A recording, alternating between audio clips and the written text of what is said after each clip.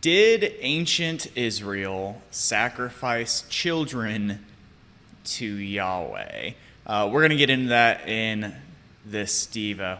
Welcome back, by the way, to Just Ask Jason, your bi-weekly-ish devotional at Berean Christian Church. If you haven't already, please like, comment, share, and definitely subscribe on whatever videos you find are helpful. If you find any of our videos helpful, subscribe to our channel. It really helps us. We're getting really close to 100 subscribers, which is really, really exciting, and I think gives us access to some new tools and will really help us like with the algorithm as well. YouTube gives preference to certain creators that have over a certain number of subscribers. That's a big barrier for us to break. So if you haven't subscribed, please subscribe. It'll really, really help us out and help teaching like this get to more people. Now, let's answer that question. Did ancient Israel sacrifice human children to God in the Bible?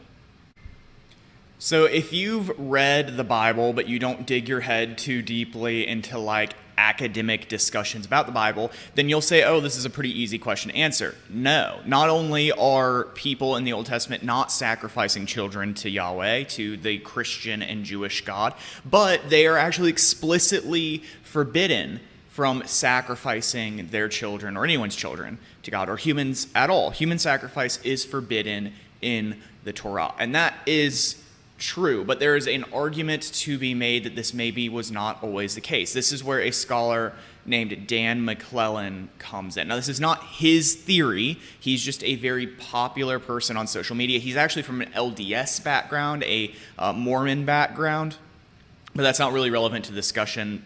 It doesn't matter what his background is, what church he attends, or if he attends church at all. If the information is good, the information is good. And if it's bad, it's bad, and we'll talk about that a little bit. But he came out with this video a little while back. You can find it. I think it's on his Instagram. It should definitely be on his TikTok.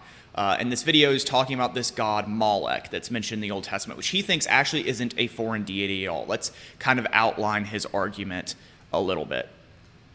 Dan starts off with this, and this is true. The term Molech is spelled in Hebrew just like a Punic language term. This is another language group. A Punic language term that means sacrifice. If we're trying to write them in English, they would both be spelled MLK. So they're spelled the same. And these languages do not use vowels like we use vowels in English, at least not in their writing. So they're actually, the term Molech and this term in a Punic language is spelled the same. And in the Punic language, it means sacrifice. So the word Molech is stolen from another language. It's a loan word, and it means sacrifice. That is true. We cannot debate that. That is 100% true. It is also true we have no extra biblical record. That means we have no evidence outside of the text of Scripture that there was ever a god worshipped by any of the cultures in the area that was called Molech. So that means we don't have any written records, we don't have any ruins, we haven't found any temples dedicated to a god called Molech. There's no evidence of such a god ever being worshipped. So the third piece of evidence, or the third part of the argument he would give, is due to the similarities with the word sacrifice, it is likely that the term Molech, used in the Old Testament in places like Leviticus, does not refer to a foreign god at all. Rather, it refers to a type of sacrifice. So a Molech sacrifice is different than like a free will sacrifice that is also described in the Torah. A Molech sacrifice, according to Dan and other scholars like him, again, this is not his theory, but it's a very popular theory amongst scholars that he was just presenting on social media.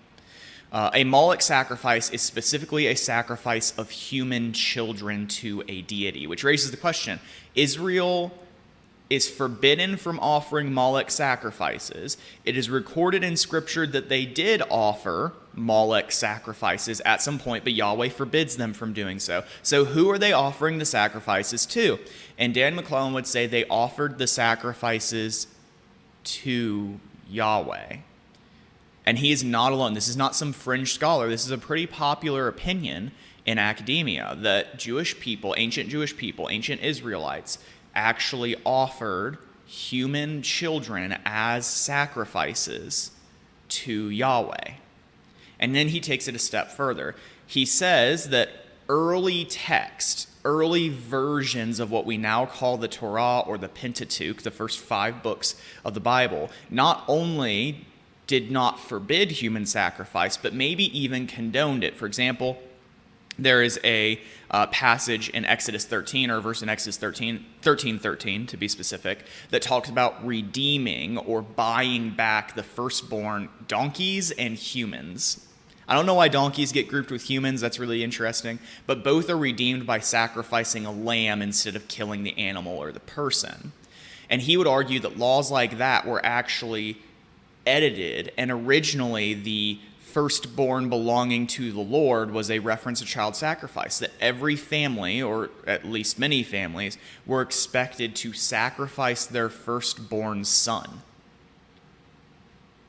And only later on were laws changed and an animal was sacrificed in the place of the firstborn. And again, this is a fairly popular opinion among scholars. Now, he presents this in actually just a little bit shorter of a period of time than I did, but I wanted to be very careful since it's not my view, it's not my work. I want to be careful to try and be fair to it, and I hope I was. The issue is, when he does these videos, they're 1 minute to 5 minutes long. They're short form. You have to keep it condensed because it's going to go on Instagram and on TikTok and stuff like that. And you have to have things short and concise because the platform will only let you post a video that's but so long. And on Instagram, you can do longer videos, but people don't watch them. So if you're trying to keep things really short, you can only give so much information. So he presents his view.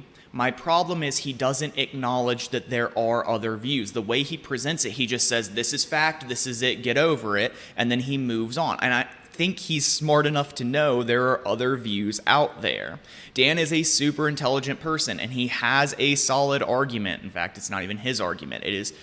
He claims the majority opinion. I don't know how you would confirm or deny that it's a majority opinion in academia, but it is definitely a popular one.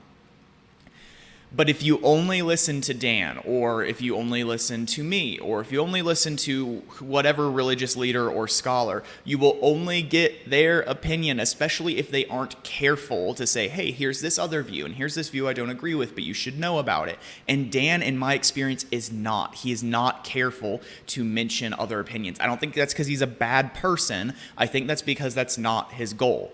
His platform exists to give you his opinion based on scholarship in as short of a period of time as possible, which doesn't leave a lot of room for nuance.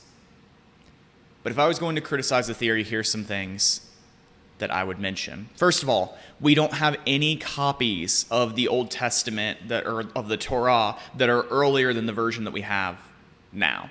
We have a few copies that are early that have like, oh, there's a typo here, hey, this chunk might be missing, or whatever. But we don't have a version of the Torah that seems to condone or encourage human sacrifice. We don't even have copies of the Torah that don't mention prohibitions against human sacrifice. So he claims that at some point there was a version of the law that encouraged human sacrifice, that actually demanded that the firstborn human being of every family be sacrificed to Yahweh. But we've never found any texts that actually say that. It is purely theoretical. You run into the same sorts of things in the New Testament where people will say, oh, well, there's Mark, but there was an earlier version, Proto-Mark. The thing is, we've never found any copies of that. It is purely theoretical. We are guessing. Now, there is some literary reasons why some scholars believe that there are earlier versions, but we've never found one. So it is an unsubstantiated hypothesis at this point in time. Another thing that you need to remember is that Jews often renamed foreign deities. And this is kind of the classical view on who Moloch was. And it's still a very popular view. Jewish people renamed foreign deities, and actually even foreign rulers, and even Israelites sometimes in Scripture to make a point. A really easy example of this is there's a man who is married to a woman named Abigail who mocks David as he is fleeing King Saul at one point. He makes fun of him and mocks him and says that he won't give him any supplies or support him in any way. And the Bible calls him Nabal. Nabal was definitely not his name, because Nabal means idiot or fool. And there's no way that this poor man's parents named him idiot. Like, could you imagine having a child and the child pops out and the doctor's like, what do you want to name your baby boy? And you're like, I'm going to name him Moron. No one does that. That's not his name. The Bible, or whoever wrote that passage of Scripture, actually renames Nabal, gives him a nickname, and his nickname is Moron, is fool, because in that story he's exceedingly foolish, and he actually ends up dying because he's such a fool. He actually brings a curse on himself and he dies. So we know that, and this is just one example, we know that Jewish writers, even in Scripture, would rename people, kings, foreign gods even, to make a literary point. They'd basically give them nicknames to make a point about them. And I think the same thing is happening with Molech, potentially. This is just one theory. There's actually a few different ways I could see this. Just one theory. This is the traditional view that there's some foreign deity, and you can look it up on your time. There's a bunch of different ideas of who it might have been. Some foreign deity that at least occasionally people would sacrifice children to. And this deity started being worshipped in Israel. And then when these passages are written forbidding this kind of worship, the authors, or maybe even scribes later on, change the name of the deity to mock the deity and to make a point. And so instead of calling that deity by its name, which might have meant, it might have a name that meant Lord or meant Great Majesty or meant any sort of like very complimentary thing, and instead they name it Sacrifice. And the point is kind of like this. Whenever you read the name, it's like the biblical author saying to you, oh yeah, it's that bloodthirsty foreign god that eats babies, which is like not a complimentary look. So Molech might be a renaming of a deity to mock them. My issue is Dan McClellan does not mention this even as a possibility.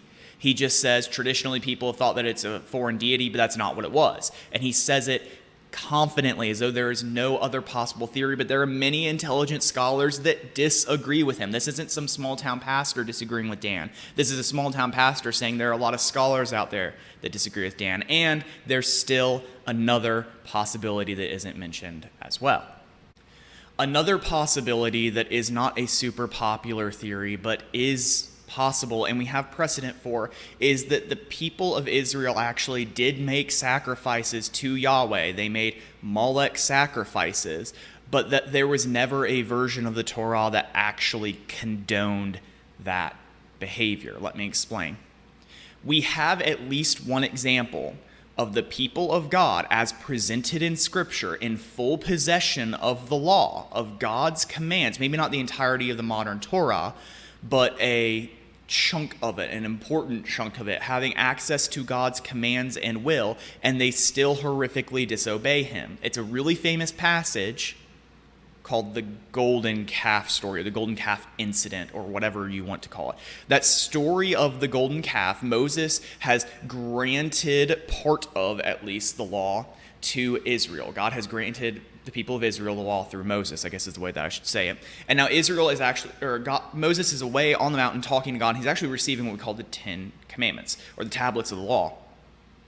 And as he is walking back down the mountain, holding these tablets of the law, he's going to give more of God's commands, more of God's laws to his people. He hears this crazy noise coming out of the camp, and his protege says, yeah, it sounds like they're getting ready for war or something.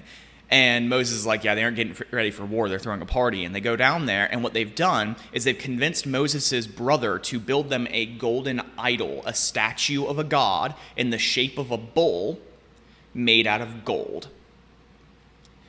And they're worshiping, and it says that they had gotten up to play, I think is how most translations render it. This is a Jewish euphemism that refers to ritual orgies. It is a sexual activity. This is how you worshipped fertility gods. And they were picturing this god they were worshiping as a fertility god. The thing is, when you and I read the golden calf, we think that they're worshiping a foreign god. They're not, because Aaron says explicitly to them, this is the God that brought you out of Egypt, which is part of how Yahweh identifies himself. This is a title for Yahweh. So he builds a idol in the shape of a bull and says this idol is how you worship Yahweh. And then they do all sorts of detestable things, like they have this giant feast, and then they have a ritual orgy because they're picturing Yahweh as a fertility god, and that's just what you do in that culture when you're worshiping a fertility god. So they are worshiping Yahweh, but they're doing it horribly wrong. They never should have built an idol. They definitely shouldn't have had worship group sex. That's not a thing that Yahweh permits. And they shouldn't have had this massive drunken party, because that's, again, not something that Yahweh permits in his worship. And they do all these things wrong. And Moses, actually, with the help of the Levites, has to restore order to the camp. And actually, a lot of people are executed for the things that they have done.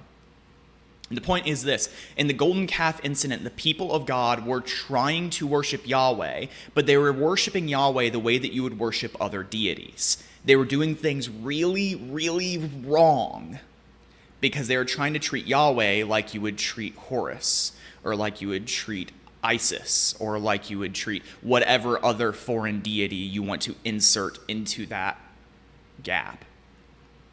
And with the example of Molech, we might have a similar thing. The term Molech might not refer to a foreign deity at all. It might refer to a sacrifice. And it might actually be that Jewish people sacrificed their children to Yahweh because other gods nearby you would do that for. Not often, but on occasion, you would offer human sacrifices to them. Not all of them, but a few deities. And they may have seen that practice, picked it up, and said, well, our God is great. He deserves human sacrifice as well. And then gone against the desire of Yahweh and worshipped him, or attempted to worship him, by sacrificing children to him. And Yahweh explicitly forbids this behavior. So there's two lessons I want to drive home here. One from the story. If that last theory is right, then these commands against Molech are not just a commandment to not worship foreign gods. They're actually a commandment to be very careful that when you worship Yahweh, you do it the way that he wants you to. Not all worship is acceptable to God. He only accepts worship that is in alignment with his will. So God says to be careful how you behave sexually. He will accept your worship only if your worship is in alignment with that. He tells you to be an individual that reconciles to those who have something against you, saying to leave your gift at the altar and go and be reconciled to your brother or sister. So he will not accept your worship unless you're reconciled to your brother or sister. He condemns the Pharisees for tithing and serving the temple, but ignoring matters of justice and mercy. So he will not accept your worship unless you are just and merciful. When you are worshiping Yahweh, he doesn't just take whatever you're willing to throw at him. He will only accept worship that you do properly. That's one lesson. And the lesson from the Dan McClellan side of the story is there's a lot of really intelligent people out there that have very strong opinions. I hope to one day count myself among them.